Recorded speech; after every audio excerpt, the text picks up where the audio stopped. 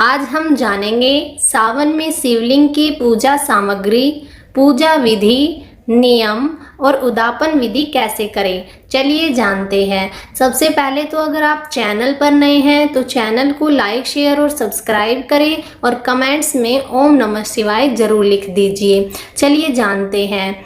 सावन का महीना भगवान शिव को समर्पित होता है। अगर इस महीने उनकी पूजा भक्ति भाव और विधि विधान से करते हैं तो शिव जी की कृपा आप पर बनी रहती है। सावन में शिवलिंग की पूजा का विशेष महत्व माना गया है। शास्त्रों के अनुसार यह महीना भगवान शिव को सबसे प्रिय माना गया है। सावन के महीने में भगवान शिव की विधि विधान से पूजा करने से और जल अभिषेक करने का विशेष महत्व होता है। मान्यता है कि सावन के महीने में माता पार्वती ने कठोर तपस्या करते हुए भगवान शिव को अपने पति के रूप में पाया था। सावन में सोमवार व्रत रखने और महादेव की आराधना करना सबसे पुण्यकारी होता है। सावन के महीने में विवाहित महिलाएं अपने वैवाहिक जीवन को सुखमय बनाने और सौभाग्य का आशीर्वाद पाने के लिए व्रत और पूजा करती हैं। वहीं अविवाहित महिलाएं अच्छे या मनचाहे वर की कामना के लिए सावन सोमवार का व्रत रखती है और भोले भंडारी की आराधना करती है। मान्यता है कि जो भक्त पूरे सावन के महीने में शिव जी की पूजा करता है और शिवलिंग का जलाभिषेक करता है उसकी सभी मनोकामनाएं पूरी होती है। वैसे तो सावन का हर दिन शिव जी की पूजा के लिए शुभ है। सावन के दौरान कई भक्त घर पर शिवलिंग की स्थापना कर उसकी पूजा करते हैं। घर में शिवलिंग की पूजा के लिए खास नियम और विधि बताई गई है।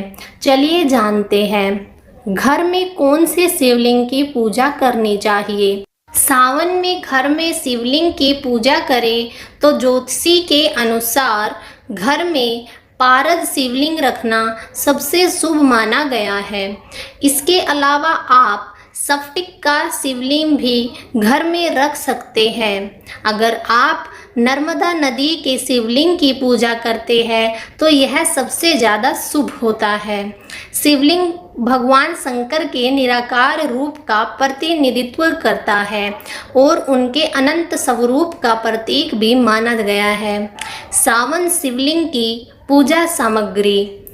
अगर आप घर में शिवलिंग की पूजा या अभिषेक करने जा रहे हैं तो आपको कुछ खास सामग्रियों की ज़रूरत होती है। आइए इनके बारे में जानें। बेल पत्र, भांग, धतूरा, समी के पत्ते, बिल्व पत्तर, चंदन का लेप, आक के फूल, सफ़ेद फूल, कमल, मौसमी फूल, शहद, शक्कर, चीनी, गंगाजल, गाय का दूध, अगरबत्ती, कपूर, घी का दीपक, धूप, दीप, गंध, नैवेद्य प्रसाद के लिए मिठाई, आचमन के लिए जल का पात्र। सावन में शिवलिंग की पूजा विधि। सावन में शिवलिंग की पूजा करने के लिए सबसे पहले शिवलिंग का अभिषेक करें। इसके लिए दूध, दही, शहद और गंगा जल से शिवलिंग को स्नान कराएं।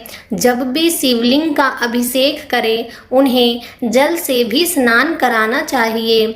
शिवलिंग को स्नान कराने के लिए तांबे के लोटे में जल भरकर जलहरी पर चढ़ाए। सबसे पहले शिवलिंग के चारों ओर बनी जलहरी पर जल दाहिनी तरफ से जल चढ़ाए। मान्यता के अनुसार यह स्थान गणपति बप्पा का माना जाता है और हमेशा जलाभिषेक इसी स्थान से शुरू करना चाहिए। जलहरी के बाद इसके बाईं ओर जल चढ़ाए जहाँ कार्तिकेय का निवास माना गया है। इसके बाद आप शिवलिंग के बीच में जल चढ़ा सकते हैं। अगर आप शिवलिंग की पूजा घर में कर रहे हैं तो ध्यान रखें कि हमेशा जलाभिषेक बैठकर ही करें। घर में शिवलिंग की पूजा के बाद आप भगवान शिव की आरती करें और प्रसाद भी चढ़ाएं।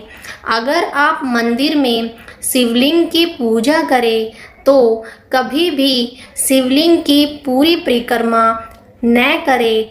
साथ ही यह भी ध्यान रखें कि कभी भी जलहरी को लांघना नहीं चाहिए।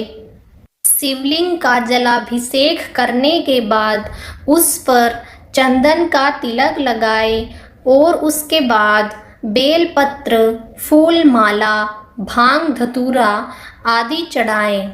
शिवलिंग की पूजा के समय उसके आसपास की जगह खाली रखनी चाहिए, जिससे जल सीधे ही जलहरी से नीचे एक प्रवाह में बहे। सावन में शिव पूजा के नियम। नंबर 1, तामसिक चीज़ों जैसे मांस, शराब, नशीले पदार्थ, लहसुन, प्याज आदि का सेवन नहीं करना चाहिए। नंबर 2, तुलसी के पत्ते, हल्दी, केतकी का फूल, सिंदूर, शंख, नारियल आदि चीज़ों का इस्तेमाल नहीं करना चाहिए।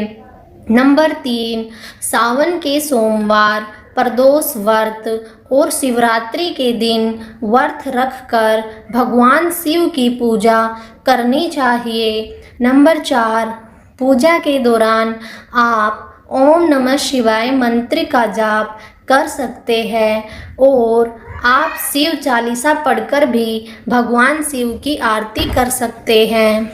नंबर 5, घर में स्थापित किए जाने वाले शिवलिंग का आकार हमेशा छोटा ही होना चाहिए। घर में अंगूठे के आकार का शिवलिंग स्थापित करना सबसे उत्तम है। नंबर 6, घर में शिवलिंग की स्थापना ऐसे करें कि जलधारा उत्तर दिशा की ओर रहे। वहीं घर में हमेशा एक शिवलिंग रखें।